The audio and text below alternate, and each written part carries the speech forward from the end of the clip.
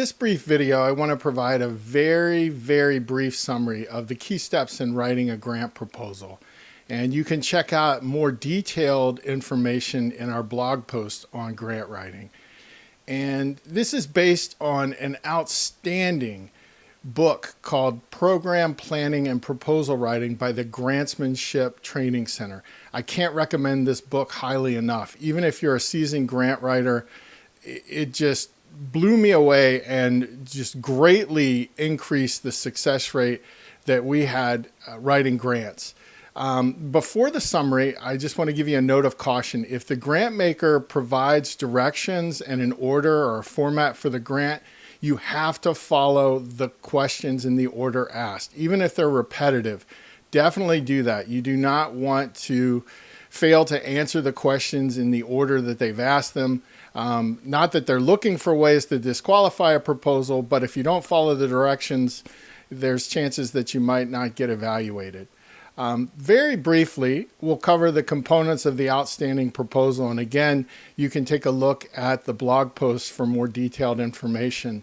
Believe it or not, you start off with the summary. The summary clearly and concisely summarizes the request that you're making. Then the second step is an introduction. Now, this describes the agency's qualifications. It's not an introduction to the proposal. It's really credibility inducing that you're talking about your nonprofit. The third one is very important. This is the problem statement or needs assessment. Now, this documents the needs and problems to be solved by the proposed funding.